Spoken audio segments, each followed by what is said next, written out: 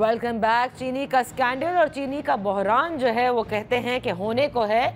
लाहौर की अकबरी मंडी में भी चीनी की किल्लत नज़र आ रही है और जो एक्स मिल प्राइस तय की गई थी उस पर अभी तक कहा जा रहा है कि अमल दरामद नहीं हो सका। इस पर बात करते हैं सीनियर सहाफ़ी और तज्ज़िया निगार जाहिद गशकोरी से। जाहिद, क्या माजरा है ये चीनी का? पहले एक्सपोर्ट कर दी थी, वो सबके सामने आया, फिर इंपोर्ट के लिए टेंडर्स खोले गए, लेकिन ये जो एक्स मिल प्राइस तय की गई थी 165 रुपये पर मालकान और डीलर से, उसका क्या है कि वो उस पर अवेलेबल नहीं है? 192 रुपए इस्लामाबाद के सस्ता बाजार में इस वक्त चीनी अवेलेबल है और वो भी सब स्टैंडर्ड है। अच्छा। छोटी क्रश चीनी है जिसकी कोई खास मिठास नहीं होती है। और दूसरे शहरों से, मैंने 2 शहरों से चेक किया है, वहां पर 204 जो दूर दराज के इलाके हैं, आप लोरा लई के कह लें या बकर से कह लें, क्योंकि ट्रांसपोर्टेशन वगैरह वहाँ ज्यादा होती है, या देहाती इलाकों में, तो ये सिलसिला मार्च से अब तक जारी है। Government 2 agreement sugar mill association और कारोबारी हजरात से कर चुकी है।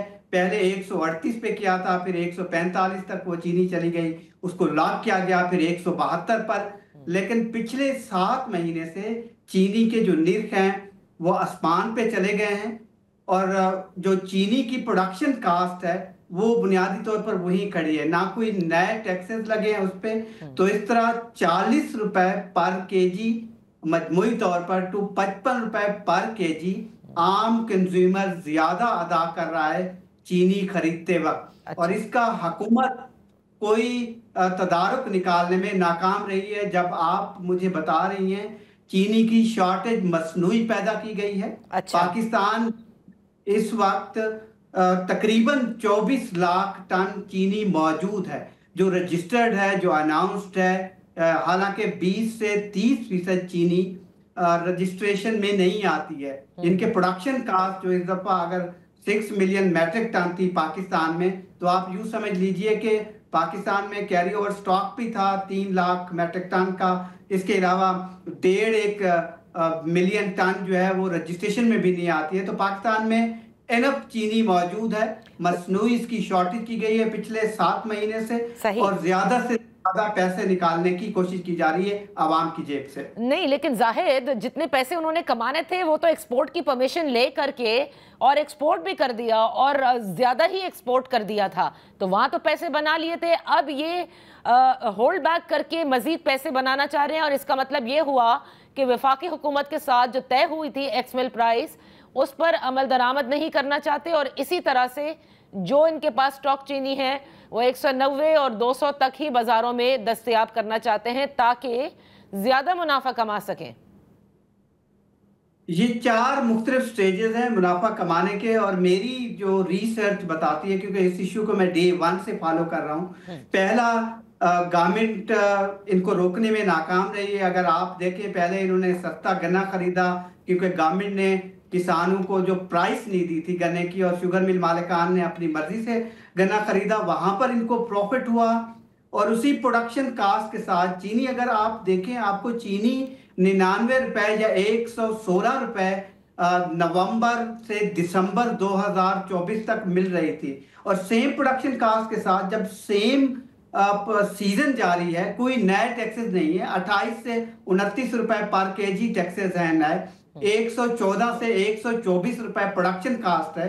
चीनी की कीमत 147 रुपए से ज्यादा नहीं रखी जा सकती, वो भी 8 रुपए या 10 रुपए पर केजी प्रॉफिट रख के। अच्छा। लेकिन जहां 55 रुपए पर केजी पहले हुकूमत से इजाजत ले ली और 7 लाख टन बाहर भेज दी, मिलियंस ऑफ डॉलर्स उन्होंने कमा लिए, ज्यादा चीनी थी, ठीक है। फिर हुकूमत से ये वादा किया कि 138 रुपए पर केजी से कीमत अगले सीजन तक नहीं लेके जाएंगे, चीनी मौजूद है, कोई मसला नहीं होगा। अच्छा। इस पर उन्होंने कोई वादा वफा नहीं किया। हुकूमत इसमें नाकाम हुई है। वजारत सनत भी जो रेगुलेट करती है, क्योंकि चीनी की कीमतें तो 205 तक चली गई, फिर हुकूमत को मजबूर किया कि हुकूमत से 173 रुपए, अभी एक कमिटमेंट ली है कि अक्टूबर के महीने तक 173 पर केजी कास्ट रखेंगे, जो कि ज्यादा है।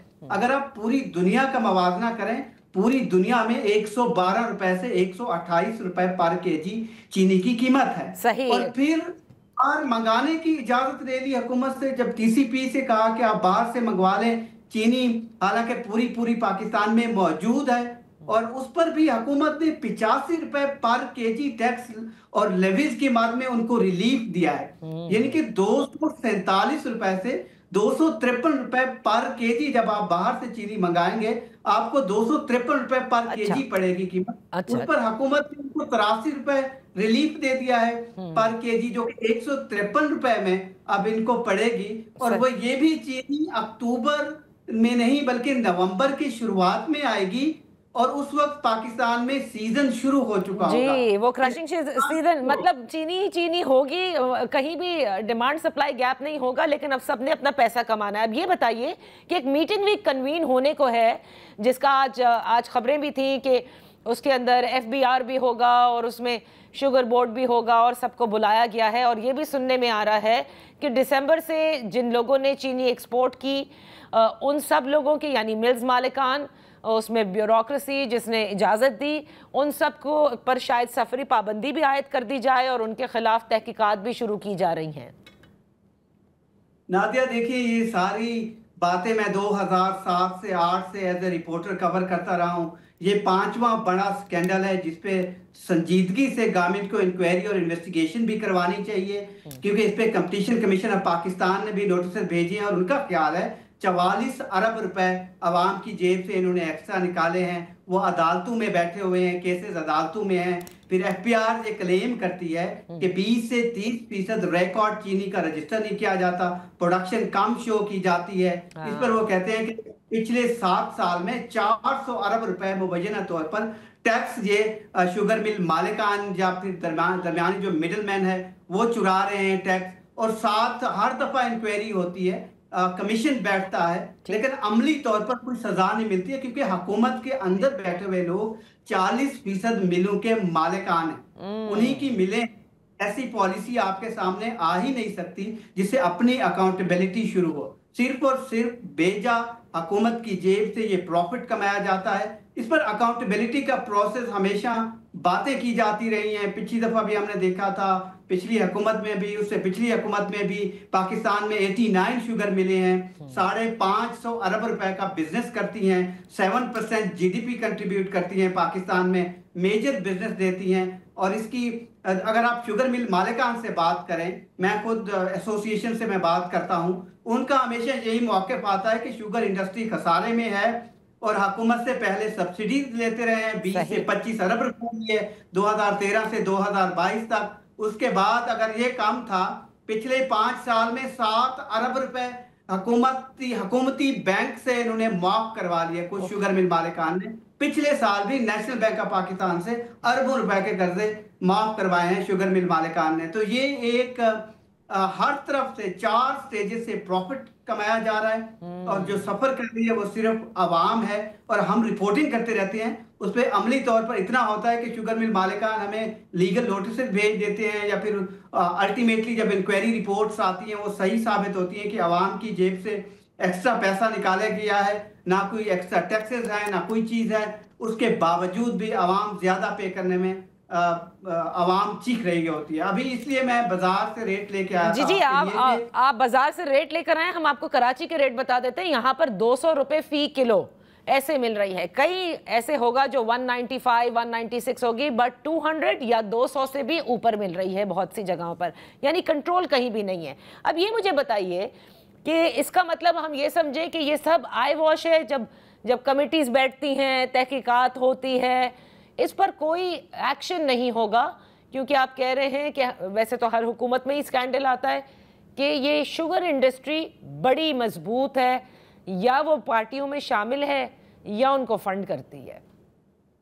देखिए, मैं शुगर इंडस्ट्री को इसलिए कहता हूं कि ये एक बड़ी इंडस्ट्री है पाकिस्तान की। पाकिस्तान एक ज़राई मुल्क है, बड़ा कंट्रीब्यूट करती है। इसको रेगुलेट करने की ज़रूरत है। उसकी रीज़न ये है कि पाकिस्तान में अराउंड 6.5 मिलियन मैट्रिक टन से 7 मिलियन मैट्रिक टन चीनी की खपत है। ये इंडस्ट्री बहुत बड़ी है पाकिस्तान में, और साथ ही पाकिस्तान में 1 करोड़ 92 लाख यानी कि लगभग 2 करोड़ किलोग्राम रोजाना की बुनियाद पर चीनी की कंजम्पशन होती है। अगर 1 रुपया भी बढ़ाया जाता है चीनी की कीमत पर केजी तो इसका मतलब है आप अंदाजा लगा सकती हैं कि कितना प्रॉफिट होता होगा रोजाना की बुनियाद पर। सही। और ये लगभग 117 अरब रुपए पिछले 7 महीने में इजाफी निकला है।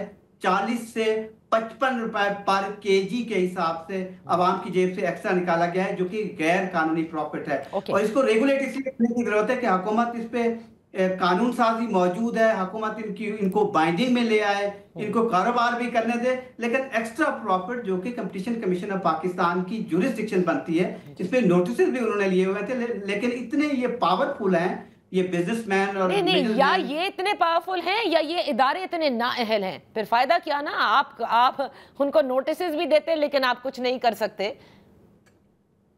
देखिए, इदारों ने तो जितनी तहकीकात की थी पिछली दफा इमरान खान की हुकूमत में 2019, 20, 21 में आप उठा के देख लें, नोटिस भेजे थे, मनी लॉन्ड्रिंग के इल्जाम लगाए थे, ह्यूज बड़ी बड़ी रिपोर्ट्स हमने देखी थी। मैं I don't want to name them, but वो सब पब्लिक हैं ऑलरेडी। उनके खिलाफ कार्रवाइयां शुरू हुई, लेकिन अमली तौर पर उन्हीं इदारों ने फिर अदालतों में बता दिया कि ये सही नहीं था, फुला नहीं था। इदारे इतने कमजोर हैं, इदारों को अपने हाथ में, गवर्नमेंट में बैठे हुए लोग अपने खिलाफ कार्रवाइयां क्यों करने देंगे? अगर देंगे करने तो जाहिर है उनके खिलाफ एक्शन होगा, और फिर आवाम में उनकी जो क्रेडिबिलिटी है या कन्फ्लिक्ट ऑफ इंटरेस्ट है वो खुल के सामने आएगा। आपके सामने फिर इदारे ही कमजोर रह जाते हैं। दैट्स द शुगर स्टोरी, जो कि हर साल हम डिस्कस करते हैं कि किसने पैसे बनाए, तहकीकात हुई, नहीं छोड़ा जाएगा, आवाम को सस्ती चीनी मैसर करेंगे। लेकिन अगर इसको हम ट्रेल बैक करें तो स्टार्ट होता है, आज भी याद है मुझे, कितनी दफ़ा आपकी नज़र से गुजरा होगा कि जो ग्रोअर्स हैं वो रो रहे होते हैं कि मिल मालकान हमारा गन्ना वक्त से नहीं ले रहे या सपोर्ट प्राइस नहीं मिल रही, और उसके बाद से लेके जो क्रशिंग सीज़न जब शुरू होता है वहाँ से पता चलता है कि जी वाफर मिकदार में हमारे पास चीनी मौजूद है, हमें इंपोर्ट की ज़रूरत नहीं पड़ेगी। फिर पता चलता है एक्सपोर्ट की इजाज़त होती है, और एक्सपोर्ट के बाद जो है फिर मसाइल शुरू होते हैं कि आम आवाम के लिए, यानी पूरे पाकिस्तान में जो लोग हैं उनके लिए उस चीनी को महंगा कर दिया जाता है, और फिर वो ऐसा बेकाबू होता है कि उसे कोई कंट्रोल या कर नहीं सकता या करना चाहता नहीं। बेहद शुक्रिया जाहिद गजकोरी साहब for being with us on the show. यह हुआ है एक ब्रेक के बाद वापस हाजिर होते हैं और अपनी गुफ्तगू जारी रखेंगे।